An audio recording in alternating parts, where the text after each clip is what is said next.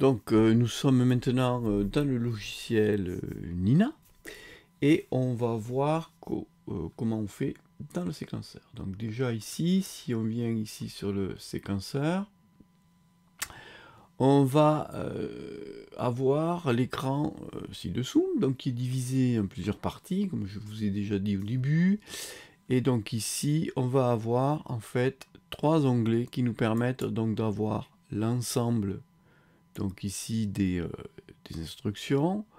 On peut avoir ici une recherche, hein, par exemple si je cherche boucle, il va m'afficher, boucle, il va m'afficher les conditions de boucle, je peux mettre guidage, et voilà, j'aurai toutes les fonctionnalités de guidage, toutes les instructions pour le guidage.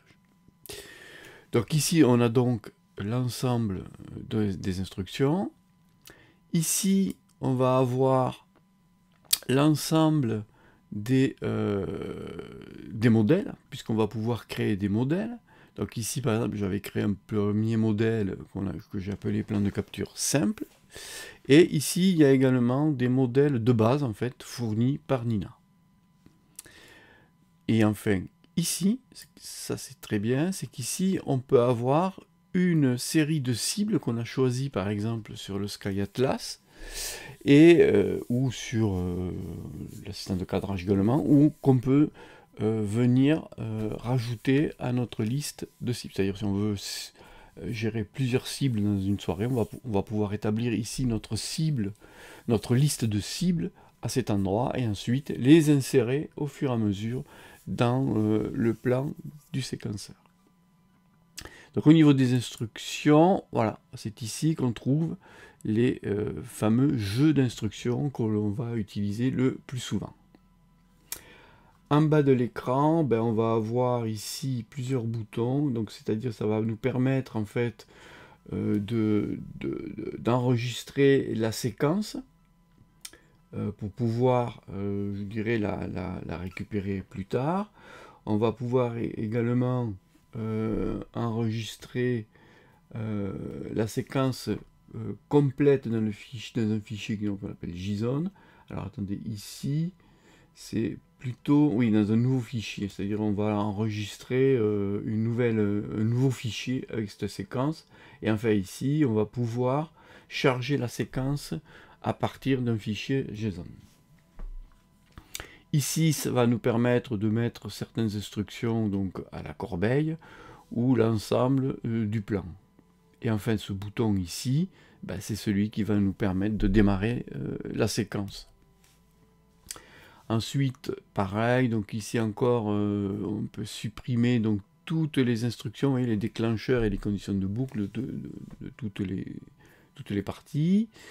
Ici, on peut réinitialiser l'état de la progression du jeu d'instructions, c'est-à-dire que si à un moment donné, on voit qu'il y a eu un problème, on peut en fait réinitialiser le plan complet. Et enfin ici, on peut venir rajouter directement à partir de ce plus ici des jeux, toutes les instructions par rapport à un élément du setup. Ou un modèle également, bien sûr, ou rajouter une cible. Alors, on pourra sélectionner le séquenceur avancé à partir du Sky Atlas ou de l'assistant de cadrage. Donc, par exemple ici, si je choisis cet objet qui est ici, je vais pouvoir ajouter ma cible à la séquence, et dans ces cas-là, je viendrai saisir ici sur séquenceur, pas le séquenceur simple, mais le séquenceur qui est ici, et là, il va me proposer en fait les modèles déjà existants. Donc soit je vais insérer mon objet dans une séquence d'objets CL profond, donc c'est le jeu d'instructions qu'on a vu, hein, qui permet de partir de la cible, ou dans le basic sequence target, hein, donc ça c'est le jeu fourni par Nina d'office, ou celui que vous avez vous fait en tant que modèle, c'est-à-dire c'est votre modèle de séquenceur avancé. Ici, si je lui dis que je veux définir cet objet dans le cadrage, alors on est ici, et là ça sera pareil à ce niveau ici, ça va permettre en fait d'aller sur le séquenceur, et pareil, on retrouve exactement le même menu, donc je pourrais rajouter mon objet sur le séquenceur avancé à partir, je dirais, des trois types ici d'instructions. Donc si j'ai plusieurs modèles de séquenceurs avancés, évidemment, j'aurai la liste qui sera ici. Donc on revient sur notre séquenceur avancé, et ici on va essayer donc maintenant de construire, comme on a vu sur la première partie de la présentation, une séquence simple. Donc ici ce que je vais faire, c'est que je vais venir rajouter une séquence d'objets ciel profond. Donc c'est très simple, il suffit de faire glisser l'instruction ici sur cette partie, et là il nous affiche donc la séquence, le jeu d'instruction de la séquence d'objets ciel profond. Donc ici par exemple, je peux soit aller chercher à partir du planétarium un truc, soit je peux venir chercher une cible que j'avais déjà identifiée. Par exemple, je peux dire que je veux M42. Donc ici, je vais la sélectionner, hop, voilà, et la faire glisser. Et là, automatiquement, il m'a mis donc M42 avec ses coordonnées ici. Donc ici, on voit l'ensemble donc des boutons qui vont nous permettre en fait de gérer toute notre séquence, notre plan donc d'instruction. Donc ici, ce premier bouton, en fait, ça permet d'enregistrer la cible, mais actuelle. C'est-à-dire, c'est vraiment le plan actuel que je suis en train de créer. Ici, je peux enregistrer cette fois l'ensemble des instructions qui sont sur le séquenceur avancé en tant que modèle. Donc c'est vraiment là que je vais utiliser l'action pour créer un modèle.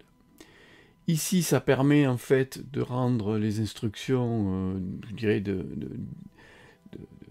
ne pas considérer toutes les instructions, hein, c'est-à-dire que j'éteins le plan en fait. Ici, ça me permet de le supprimer complètement. Et ici, ça va me permettre de réinitialiser la progression de ce jeu d'instructions, donc du plan en entier. Ça va nous permettre de créer un doublon en fait de la séquence d'instructions. Et en fait ici je vais pouvoir me déplacer en fait sur les différents types de jeux d'instructions ou instructions. Donc ici on voit également à partir de ce jeu d'instructions que je vais pouvoir rajouter des déclencheurs, je vais pouvoir rajouter des conditions de boucle, et je vais pouvoir rajouter des instructions, cette fois générales, ou carrément un modèle, hein, parce que je peux créer des modèles par partie, je dirais, de plans. Si j'ai vraiment beaucoup d'instructions pour le début de la capture, je peux dire que je vais utiliser un plan, un modèle pour le début de la capture, un modèle pour la capture en elle-même, et un modèle pour la fin de capture. Et enfin ici, je peux également venir saisir la cible que je souhaite gérer. Donc ce qu'on peut faire ici, c'est donc au niveau des instructions, on va pouvoir venir par exemple rajouter, donc si je fais ça, instruction, et je dis je veux en rajouter un jeu d'instruction, je veux un jeu d'instruction simple. Et ici, par exemple, je vais saisir que je fais test début de mon plan. Donc, je peux mettre ici. Et dans les instructions, par exemple, je vais mettre, donc ici, vous voyez, j'ai un petit bouton qui va me permettre d'insérer l'instruction. Donc, par exemple, je veux aller sur, par exemple, le télescope, et je vais le déparquer. Donc, par exemple, déparquer. Voilà, il me rajoute l'instruction. Ici, je peux en rajouter une autre instruction. Je veux par exemple, au niveau du télescope, je veux également définir le suivi. Et ici, donc, je peux choisir le suivi que je veux. Par exemple, ici, idéal. Donc ici, vous voyez, je n'ai pas le point d'exclamation en rouge. Cela veut dire qu'en fait, au niveau de mes équipements, tout est correct. Ma caméra est allumée, etc. Mon télescope également, donc tout est correct. Je peux donc utiliser l'ensemble des instructions par rapport à mon setup sans problème. Donc maintenant on va essayer d'exécuter ce plan. Donc le plan est très simple, hein. Je débarque le télescope et je le mets en mode suivi. Donc on va voir comment il fait. Donc ici en fait je vais appuyer sur ce bouton pour lancer mon séquenceur. Donc là normalement vous voyez ici mon télescope est parqué et le suivi est off. Bon, on peut aller le voir ici, télescope.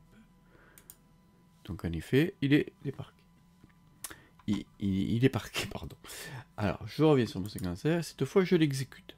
Donc vous allez voir, hop, j'exécute, il débarque le télescope et il a défini le suivi. Donc, on le voit ici, le suivi est passé à on. Donc, et de plus, il nous a mis des coches ici en indiquant que l'instruction a été exécutée. Donc, il est assez simple, hein, vous voyez, de vérifier chaque fois que l'instruction s'est bien passée. Ici, je vous ai mis ça. Alors, ça veut dire qu'ici, si par exemple, il n'arrive pas à mettre le mode sidéral, en fait, on peut lui indiquer quelques actions à effectuer. Donc, c'est un cas d'erreur, je dirais. Donc, déjà, on peut lui indiquer le nombre de tentatives. Et ensuite, on peut lui dire donc si de continuer, d'ignorer le jeu d'instructions actuel ou d'abandonner, ou carrément de passer aux instructions de fin de séquence. Donc moi, dans mon cas, je vais mettre, par exemple, de passer aux instructions de fin de séquence. Alors, ici, en fin de séquence, on va pouvoir ajouter également le parquet des parquets, c'est-à-dire qu'ici, une fois que j'aurai fait mes captures, donc c'est un exemple, ici, à la fin de mon plan, il va faire cette instruction. Donc on peut le tester. Donc ici, vous voyez, je réinitialise mes instructions, et ici, je réactive. Hop, il a fait ça, et là, en fait, il est en train de parquer le télescope. Donc si je reviens sur équipement, on voit bien qu'il a parqué le télescope.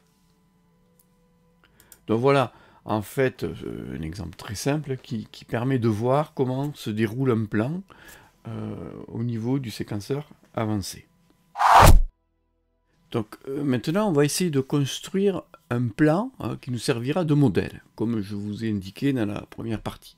Donc la première chose qu'on va faire, c'est on va donc rajouter ici un jeu d'instructions séquence d'objets ciel profond. Donc on le rajoute ici. Ici, on va le laisser en fait vide, puisqu'après, on pourra venir remplacer en fait cette partie qui est vide pour l'instant par l'objet cible que l'on voudra utiliser avec le modèle. Donc ici, je peux mettre cible sans rien toucher de plus. Donc ensuite, ce que je vais faire, c'est que je vais rajouter les déclencheurs. Donc les déclencheurs, je vais pouvoir les mettre ici. Donc le premier déclencheur que je vais rajouter, c'est le retournement au méridien. Ou un DY méridien flip trigger, mais ça on le verra dans une autre vidéo, comment l'utiliser. Donc le retournement au méridien est ici, il me le rajoute. Ensuite, je vais rajouter centré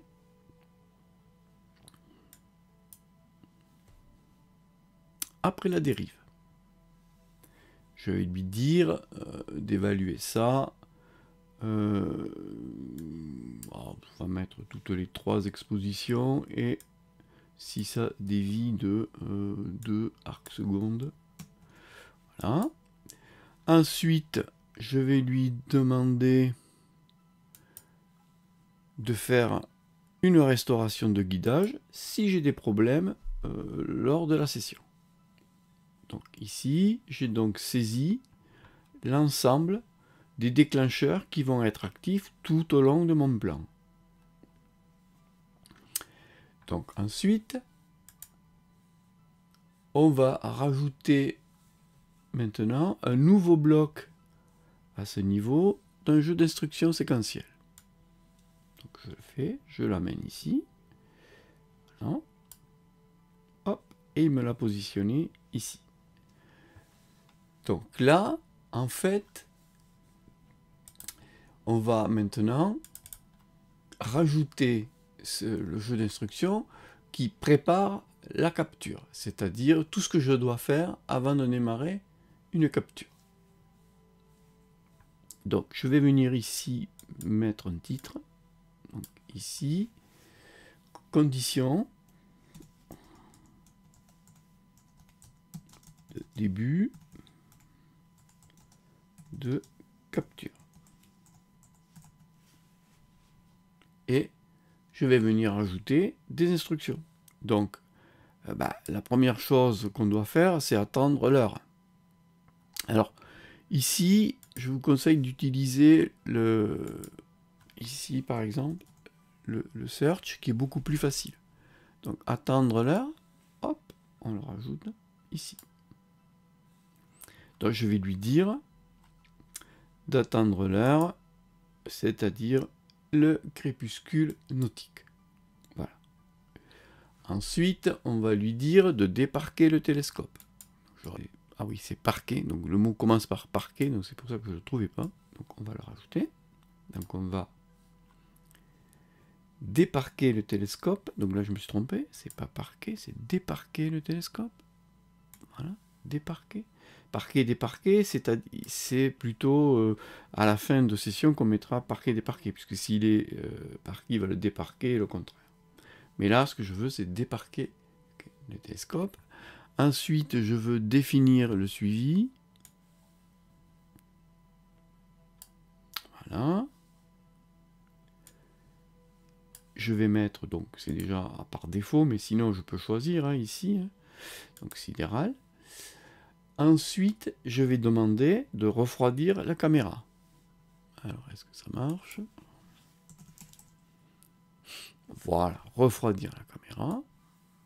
Je le rajoute ici. Voilà. Ah, il l'a mis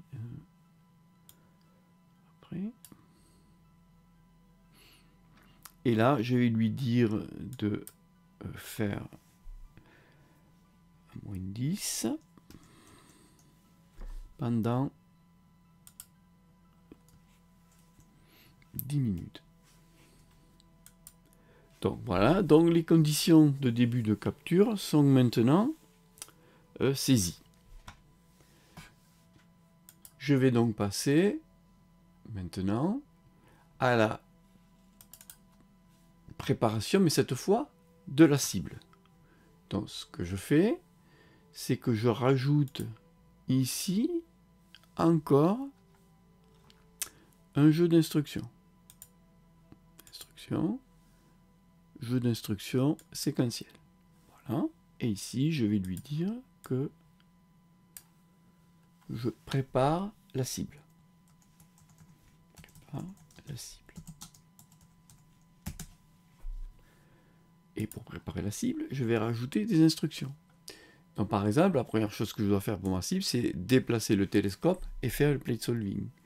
Donc je tape ici déplacer. C'est assez capricieux. Si on ne tape pas les bons termes, je pense que ça ne marche pas. Voilà, donc déplacer.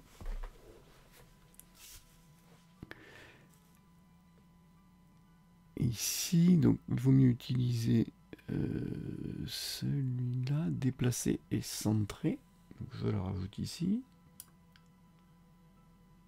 Voilà.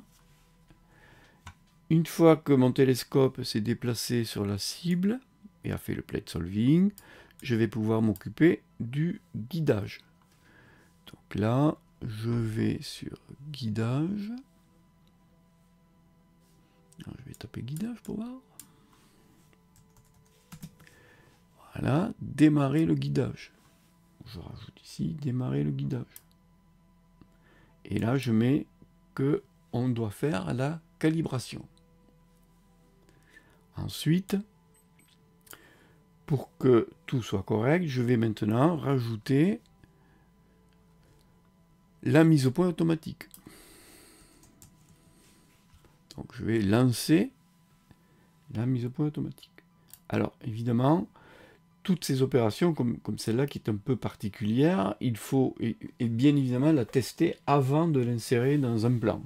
Comme ça, sinon on peut avoir des erreurs. Donc une fois qu'on a fait ça de manière, je dirais, manuelle, on pourra l'insérer dans un plan. Donc voilà, donc là j'ai fini la préparation de ma cible. Je vais donc maintenant rajouter les instructions pour la capture de l'image. Donc, même chose, je vais dans les instructions et je vais rajouter un jeu d'instructions. Si je veux bien remonter. Un jeu d'instructions séquentiel. Je le rajoute ici. Voilà. Ah, j'y arrive pas. Hop. Et hop. Voilà. Donc maintenant, on rajoute les déclencheurs à ce niveau. Donc ici, soit on utilise toujours pareil, ici, c'est le plus qui est ici. Donc on va rajouter un autofocus après une augmentation de Schaffer. Ensuite, on va rajouter également un déclencheur et de décalage. Donc après, je sais pas, je dirais une dizaine d'expositions. Voilà au niveau des déclencheurs. Maintenant, on va rajouter les conditions de boucle. Donc pareil, on peut saisir ici et on peut lui faire, on va lui faire un premier loop peut-être pour l'altitude. Donc je vais prendre celui-là, voilà, et on va lui dire, bon, tant que l'altitude est inférieure, donc vous voyez ici, vous avez la condition, hein, altitude inférieure à 30 degrés. Bon, donc s'il descend en dessous de 30 degrés, moi je vais mettre plutôt 20 degrés pour ma part. Voilà, et ensuite on va lui rajouter cette fois ici, cette fois on va lui dire de boucler sur un certain nombre d'itérations. Donc je fais boucler, et ici je lui dis que je veux par exemple 60 itérations. Voilà. Maintenant que j'ai saisi les conditions de boucle, je peux saisir les instructions qui seront conditionnées par les conditions de boucle. Donc ici, je peux cliquer ici, instructions, et ici, je vais sur, alors pas télescope, mais caméra, voilà, et je vais lui dire de prendre une exposition intelligente. Alors, vous voyez, vous avez plusieurs types en fait d'exposition. Alors, exposition intelligente, ça veut dire que ça comprend le dithering dans l'instruction. Sinon, on peut prendre une exposition simple. Ça ne concernera que le temps d'exposition. Donc, moi, je prends souvent une exposition intelligente ici. Donc, ici, je lui dis, bon, ben là, je lui mets une capture de 300 secondes. Par exemple, 300 secondes, que c'est un type light, binning 1, et le gain et l'offset sont pris dans les paramètres de la caméra. Et ici, je peux lui indiquer le filtre, donc là pour l'instant je n'ai aucun filtre, donc je n'ai pas de roue à filtre, donc je lui mets courant, et l'éditeur, je lui dis de le faire toutes les trois captures. Donc voilà, donc là j'ai fini de faire ma partie capture à ce niveau. Donc je ferme ici, et maintenant en fait il suffit de positionner les instructions de fin et j'aurai fini mon plan. Donc je vais lui dire ici qu'en fin de séquence je veux remonter, je vais aller sur télescope ici, et je vais lui dire cette fois parquer, déparquer le télescope. Ou je peux faire mieux. Je peux, par exemple, ici, mettre un jeu d'instructions parallèle, ici. Voilà. Et à ce niveau, donc comme ça ici, je peux en fait lui indiquer que ce sont les instructions de fin de session. Donc fin de ma capture. Fin de ma capture. Et ici, je vais rajouter les instructions. Donc ici, instruction, télescope. Je lui dis de déparquer le télescope. Et je peux rajouter également les instructions au niveau de ma caméra. Et là, je vais lui dire de faire le réchauffement de ma caméra. Voilà. Alors, je peux aussi, bien entendu, tout au long de ces instructions, rajouter des annotations. C'est-à-dire qu'ici, si j'ai des commentaires à faire par rapport à un set d'instructions, je vais pouvoir rajouter des annotations. Vous voyez, ici. Donc, par exemple, je peux la rajouter, je peux vraiment le mettre où je veux, hein, l'annotation. Donc, par exemple, ici, début de capture, par exemple.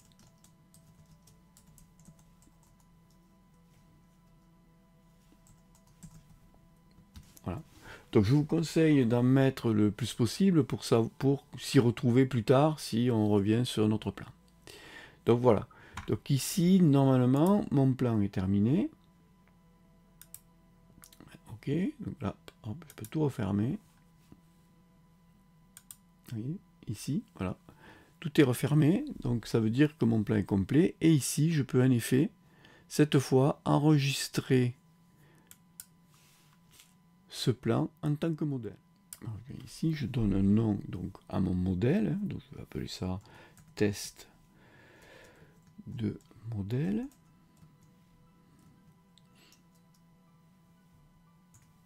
Test modèle. Et cette fois, je vais pouvoir le sauvegarder ici. Alors attendez, hop, voilà, c'est un peu long, mais ça arrive. Alors le modèle test de modèle existe déjà, voulez-vous? Oui, donc je le remplace. Donc, maintenant qu'on a créé donc notre modèle, on peut par exemple aller sur l'atlas du ciel ici, et si je choisis un objet, par exemple, je vais prendre M31 par exemple, allez, ici, voilà, je vais pouvoir l'ajouter ici, ajouter à la cible séquence, et ici vous allez voir que mon modèle apparaît. Donc si je clique ici, hop, il me rajoute dans le séquenceur avancé ma cible. Grâce à mon plan, il va donc intégrer, je dirais, M31 sur le plan que j'ai déjà exécuté. Donc voilà pour cette première partie sur le séquenceur avancé. On verra dans une deuxième partie, une deuxième vidéo, on ira un peu plus loin dans l'utilisation du séquenceur avancé, en utilisant plusieurs cibles, en utilisant des cibles avec mosaïque, etc.